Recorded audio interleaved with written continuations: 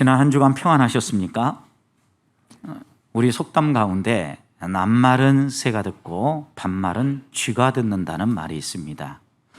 우리가 비밀리에 말하는 것 같아도 아무도 듣는 사람이 없는 것처럼 보여도 누군가 꼭 듣는 사람이 있다는 겁니다. 아무리 우리가 이것은 아무에게도 이야기하지 않은 비밀이다라고 이야기를 해도 비밀은 실제 따지고 보면 없다는 거죠. 언젠가는 반드시 드러난다는 겁니다. 그래서 야고보서 3장 2절 말씀에서 우리들이 말하는 것을 조심하고 주의할 것에 대해서 당부하면서 만약 너희가 말에 실수를 하지 않을 수 있다면 너희는 정말 멋진 사람이다, 완벽한 사람이다 라고 이렇게 이야기를 하지요. 우리 누구도 혀를 길들일 수 없고 또 우리가 원하는 말을 하기 위해서 언제나 어떤 상황에서도 듬직하고 다듬어진 말을 하기가 쉽지 않기 때문에 성경은 오히려 말을 아껴라, 가능하면 말을 아낌으로 말미암아 실수하지 않는 사람들이 되어라 라고 당부하는 것입니다. 그런데 오늘 말씀을 보면 하나님은 우리의 말을 들으시는데 오늘 1절 말씀을 보니까 미리암과 아론이 모세가 이방 여인을 취하여서 결혼했다는 것 때문에 비방을 하는 이야기가 나옵니다. 그리고 2절 말씀 보면 이런 비방하는 소리를 하나님께서 들으셨다라고 기록하지요. 얼핏 생각하면 하나님께서 우리들이 잘못하는 말들을 들으신다라고 이렇게 생각할 수 있는데 시편 139편 4절 말씀을 보면 우리가 불평하고 원망하고 실수하는 말뿐만 아니라 하나님은 우리의 모든 말을 들으신다라고 이야기를 하십니다. 칭찬하는 말, 격려하는 말도 들으시고 실수하는 말도 들으시고 우리의 모든 말을 들으신다는 겁니다. 그런데 하나님께서 우리의 말을 다 들으시는 이유가 무엇일까요? 우리가 누군가 대화할 때 그 사람과 나만 공유하면 좋겠는데 왜 하나님은 우리의 대화 속에 찾아오셔서 들으시는 것일까요? 어떻게 생각해 보면 우리만의 이야기인데 하나님께서 와서 엿듣는다라고 생각하면 하나님이 좀 도덕적으로 윤리적으로 문제가 있는 것 아닙니까? 숨겨줘야 될 말들은 숨겨지고 듣지 말아야 될 말들은 듣지 말아야 되는 거 아닙니까? 라고 생각하기 쉽습니다. 그런데 우리는 하나님이 무엇 때문에 우리의 말에 관심을 갖고 우리를 살피시는지를 이해해야 합니다. 하나님이 우리의 말을 듣는 가장 중요한 이유가 있다고 하면 우리들을 알기 위해서입니다. 하나님은 우리가 어떤 말을 하든지 간에 우리의 말을 들으시고 우리를 돌아보시고 우리를 돌보시기 위해서 살피실 뿐만 아니라 우리의 언어, 우리의 말을 들으시고 우리의 마음속에 품은 생각까지도 감찰하신다라고 기록하기 때문입니다.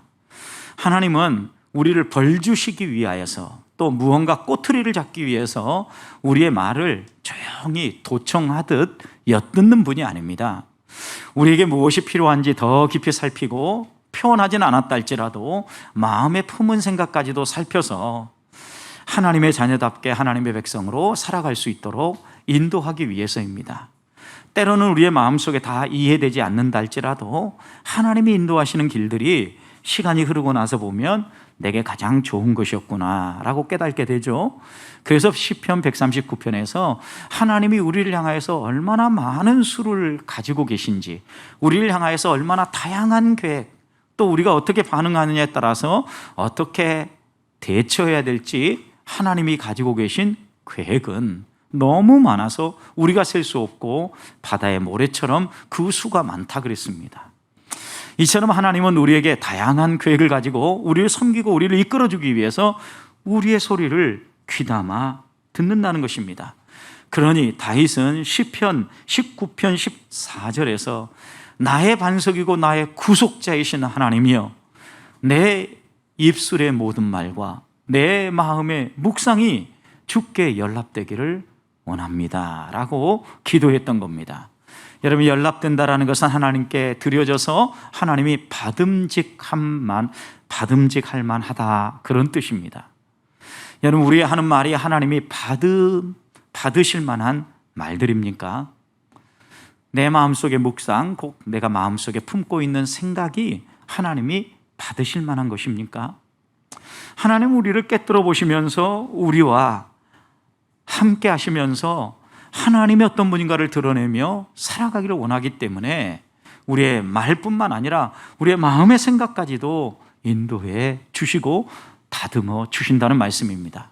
그렇다면 우리는 이렇게 생각해 볼 수 있습니다. 우리의 말, 우리의 생각, 어떻게 보면 말을 다듬는다는 것은 우리의 생각을 다듬는다는 것이고, 생각을 다듬는다는 것은 우리의 말을 다듬는다는 거예요. 우리의 언어는 우리의 마음속에 있는 알갱이들 하나하나가 표현되는 것이기 때문입니다. 그래서 우리가 여러 사람과의 관계를 맺고 한 주 한 주를 살아갈 때 아껴야 될 말이 있고 하지 말아야 될 말이 있고 꼭 해야 될 말이 있습니다. 여러분, 아끼고 하지 말아야 될 말들이 어떤 말입니까? 다른 사람에게 상처를 주거나 또 이웃에게 속이는 말이라든가 나를 드러내고 다른 사람을 불편하게 하는 교만한 말들, 그리고 상대방을 비판하는 말들, 이런 말들은 아껴야 될 뿐만 아니라 꼭 필요할 때 아니면 내려놓을 줄 알아야 되고, 가능하면 거짓말처럼 하나님 앞에 죄를 짓는 일들은 하지 말아야 하는 겁니다. 대신에 우리가 살려내고 더 많이 해야 될 것이 무엇입니까? 사람들이 하나님 나라로 갈 때, 이 세상을 떠날 때 제일 후회하는 것들이 무엇입니까? 더 사랑한다고 말하지 못한 걸 후회하고, 고맙다, 감사하다라고 말하지 못하는 것에 대해서 후회하지 않습니까? 그렇다면 우리들이 더 살려내야 될 것이 있다고 하면 천국 방언이라고 하는 고맙습니다, 감사합니다, 사랑합니다, 그리고 힘들어하고 지쳐있는 사람들의 손을 꼭 잡아주면서 내가 너무하면 안다, 내가 너의 든든한 후원자가 되어줄게 라고 이렇게 이야기하며 격려하고 칭찬하는 말들이 우리 안에 더 살아나야 되지 않겠습니까?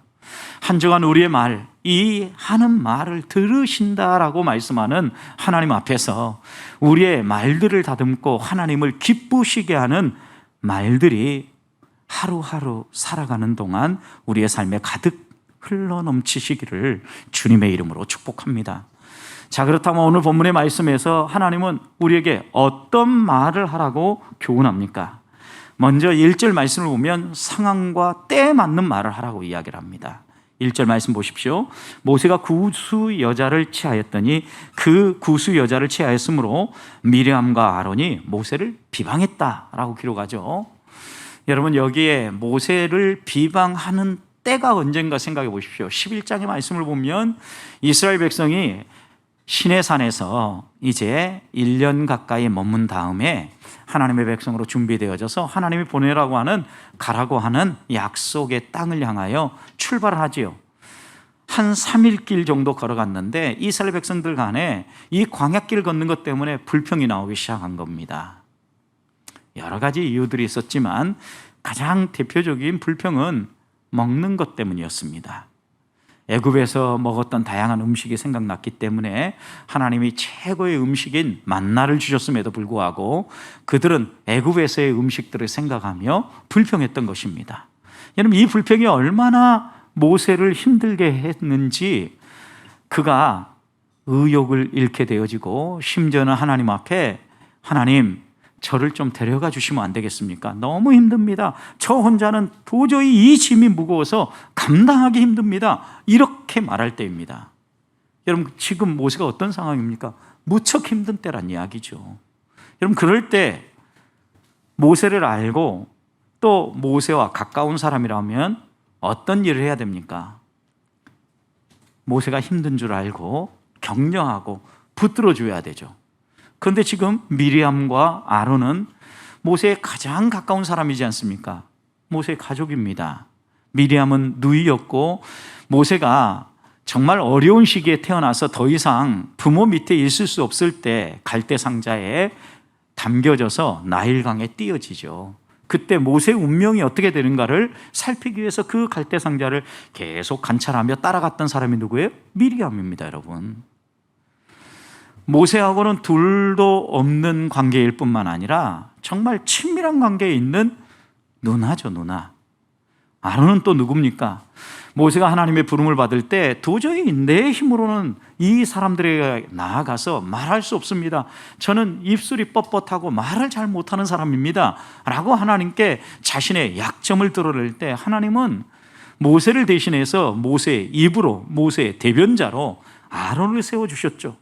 그러니 모세와 너무나 친밀한 관계에 있고 둘도 없는 관계에 있는 사람이 미리암이었고 아론입니다. 죽을 것 같은 고통 가운데 있을 때 이 두 사람이 어떻게 해야 됩니까? 도와줘야지요. 그런데 오히려 이 두 사람이 모세가 아내를 이방 여인 가운데 취하였다는 것을 들먹이면서 비방하고 공격하고 있는 겁니다. 사랑하는 성도 여러분, 생각해 보십시오. 미리암과 아론, 이 두 사람은 모세 못지않게 이스라엘 백성의 공동체 안에서 인정받은 사람들이죠. 모세의 대변자였을 뿐만 아니라 우리가 시내산에서 모세 대신에 또 하나님께서 하나님 앞에 나올 수 있도록 아론을 대제사장으로, 또 그의 자녀를 제사장으로 세워주지 않습니까?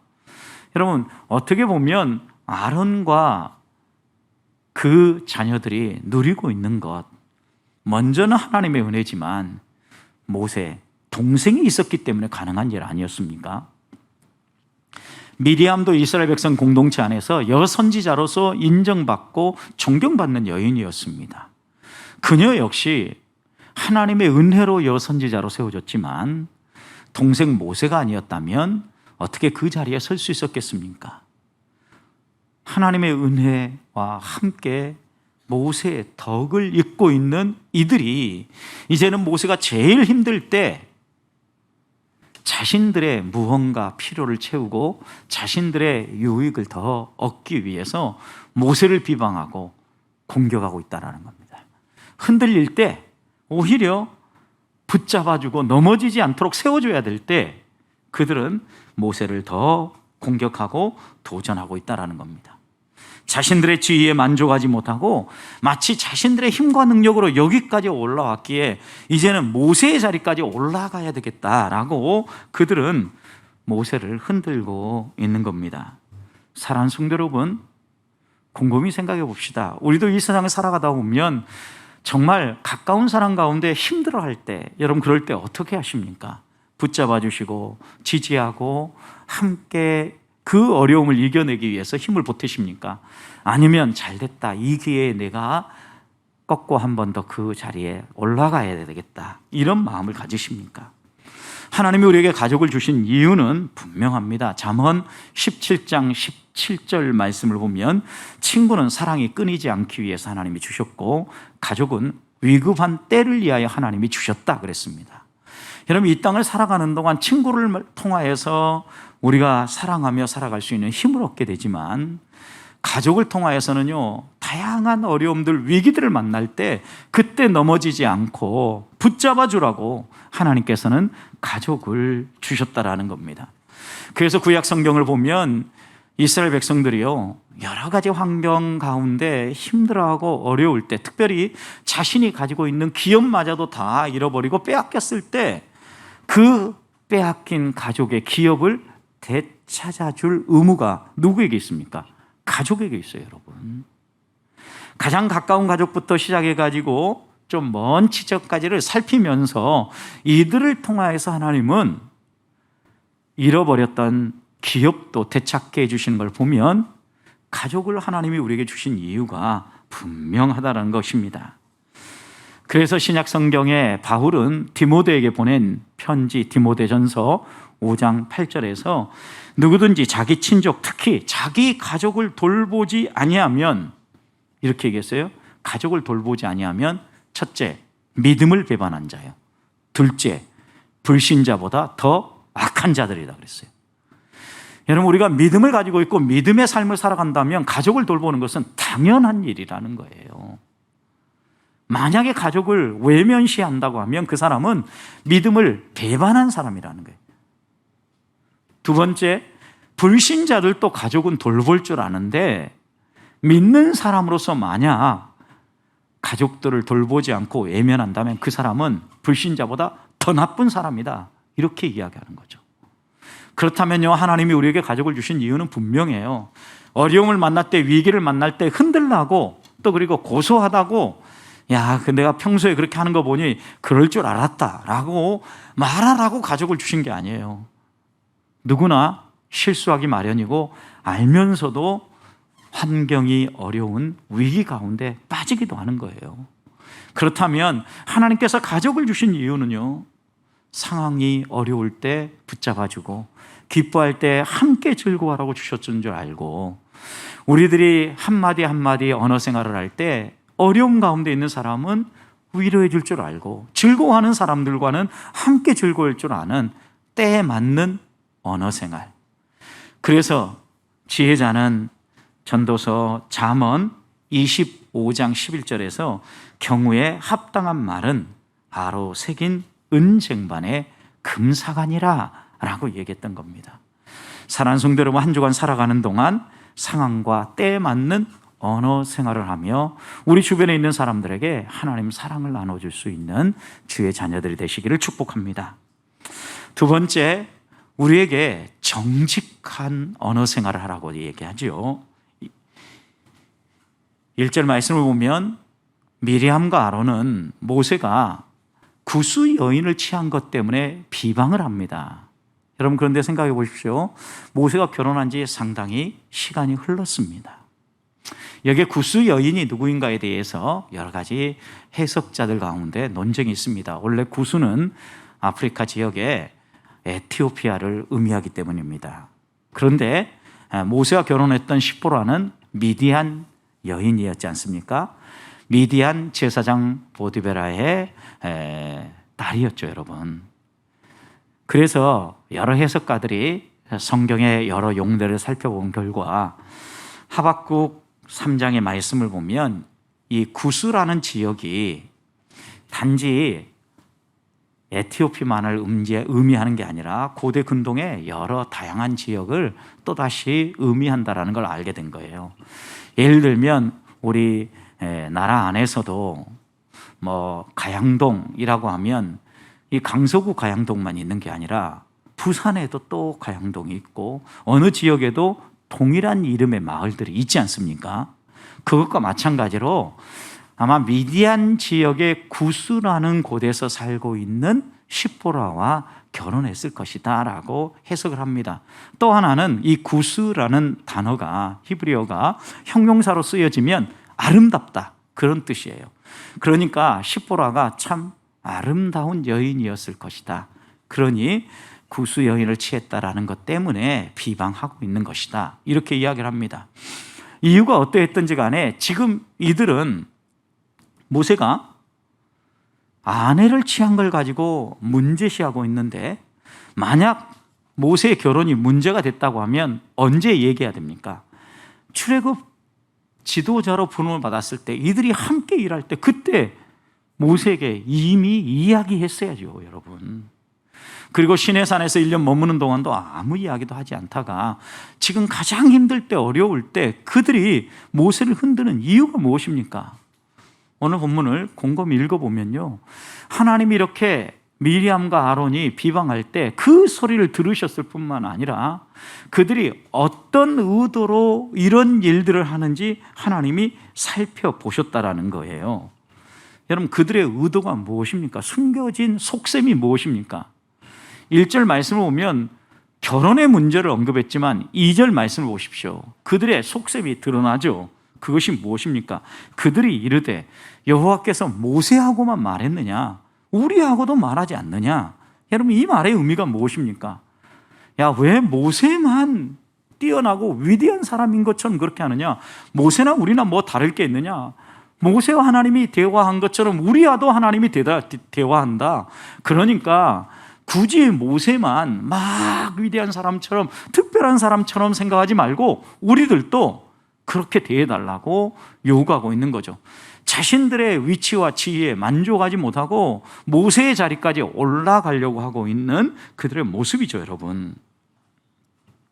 기억해야 될 것은요, 우리의 인간의 욕심은요, 끝이 없다라는 걸 알아야 합니다.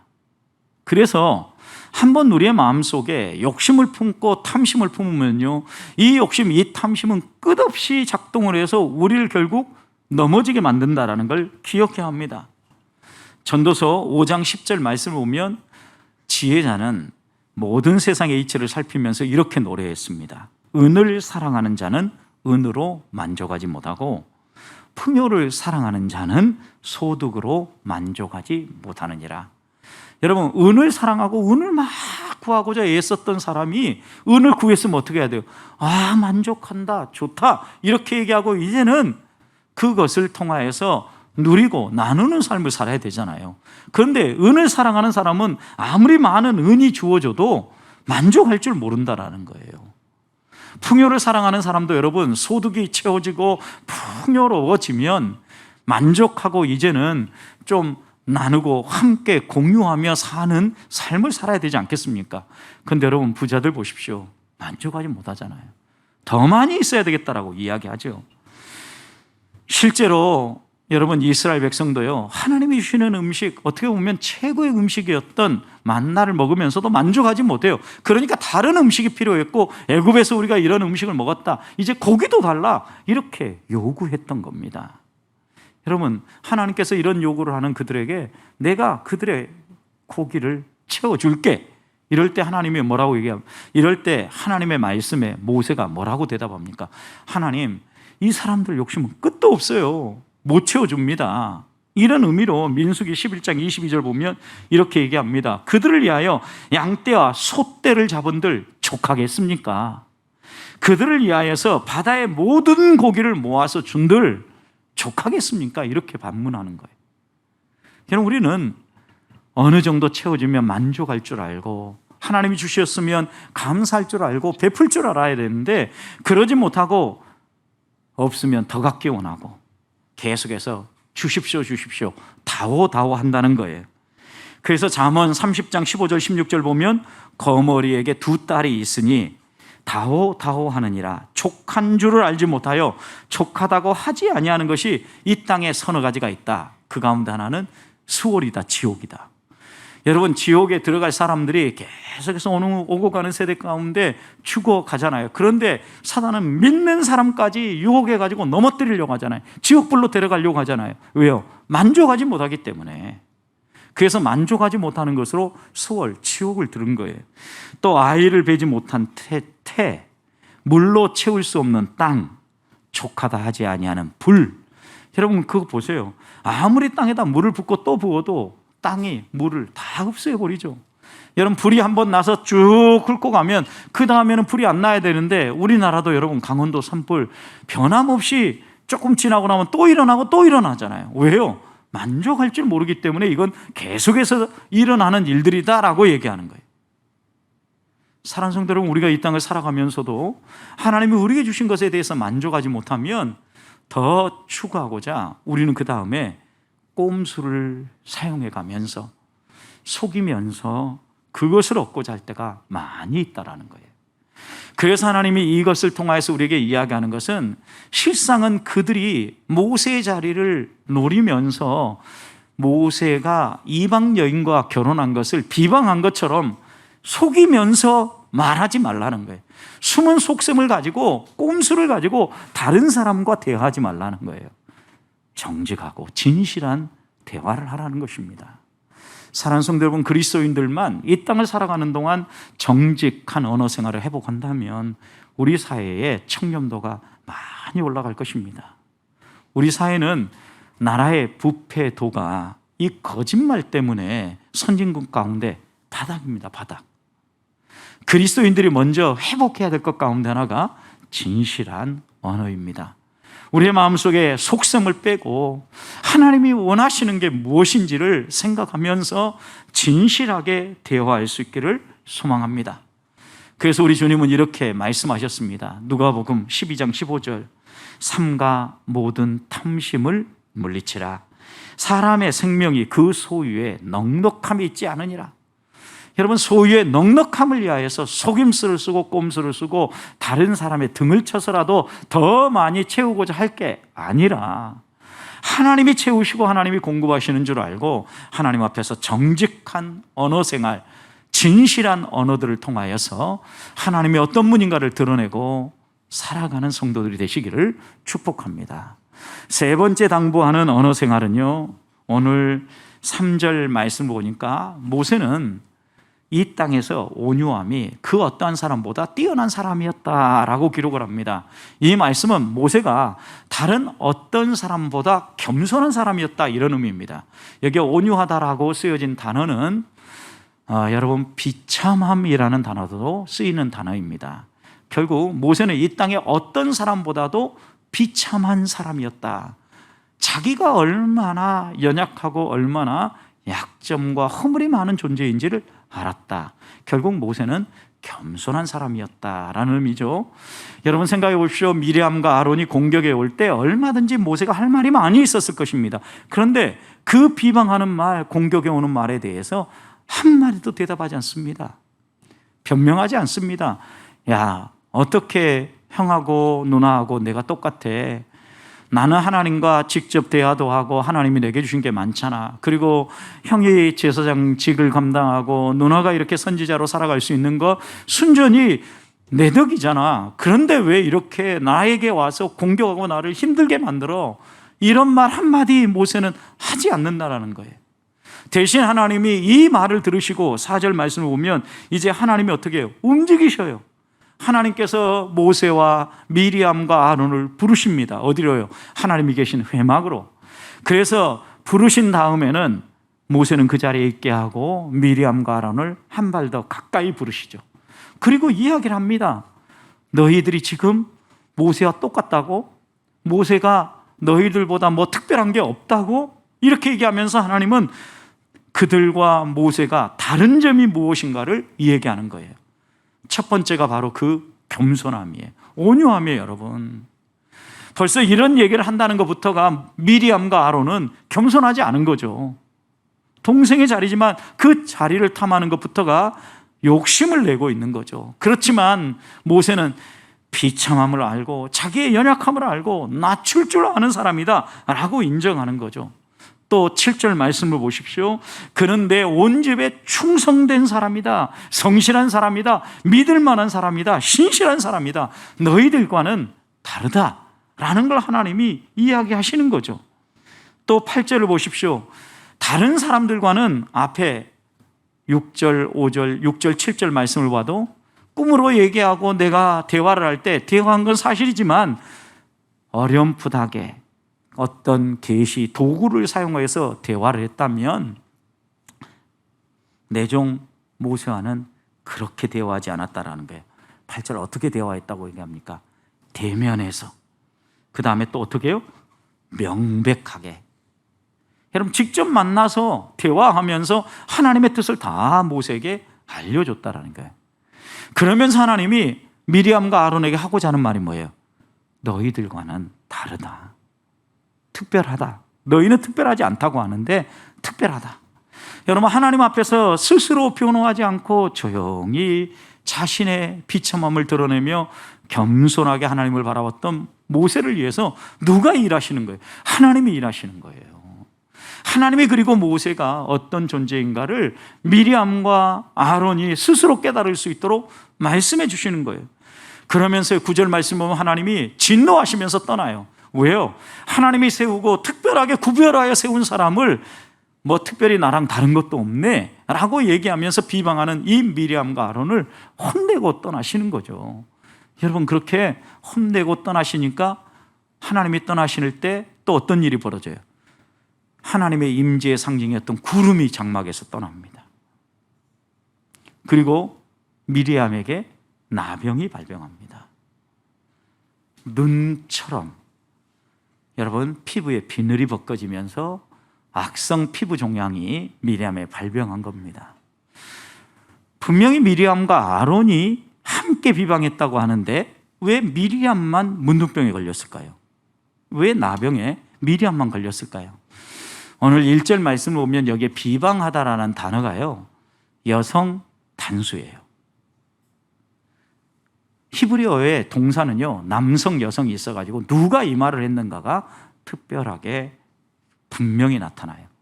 다른 말로 표현하면 미리암이 비방하는 이 말을 주도한 거예요. 그리고 아론이 거기에 동조한 거죠. 주범은 미리암, 공범은 아론, 이런 거죠 여러분. 그래서 하나님은요 주범인 대표자인 미리암을 형벌하시는 거예요. 미리암이 결국 진 밖으로 쫓겨나서 일주일 동안 자신을 돌아보고 회개하고 치유가 될 때까지를 기다리죠. 여러분, 이 치유도 어떻게 치유가 됩니까? 여러분, 겸손하고 자기 비참을 알았던 모세가 하나님 앞에 나가서 어떻게 해요? 울면서 기도해요. 용서해 달라고, 치유해 주시기를. 여러분, 그 은혜로 미리암은 일주일 만에 치유를 받고 회복되어져서 다시 공동체 안으로 들어오죠. 여러분, 이걸 보면서 우리가 꼭 마음속에 새겨야 될 교훈이 있습니다. 하나님 앞에 우리가 해야 될 것은요, 내 자신을 높이고 나를 자랑하는 언어 생활이 아니라 하나님을 높이고 하나님을 인정하는 언어 생활을 하면 내가 곤란함을 당할 때에도 하나님이 나를 돌보시고 하나님이 나를 위해서 일하신다라는 거예요. 한 주간 우리가 사람들을 만나고 다양한 대화들을 펼쳐나갈 때 기억하십시다. 하나님이 원하시는 대화는 상황과 때에 어울리는 대화입니다. 숨겨진 의도가 없는 진실한 대화입니다. 내 자신을 자랑하고 드러내기보다는 하나님을 드러내고 하나님을 자랑하는 언어 생활을 하기 원하십니다. 한 주간 이렇게 살면서 우리 주변에 아직 하나님을 알지 못하는 사람에게 예수 믿는 사람의 매력, 멋이 무엇인가를 보여주고 증언하면서 한 주를 살아내시기를 주님의 이름으로 축원합니다.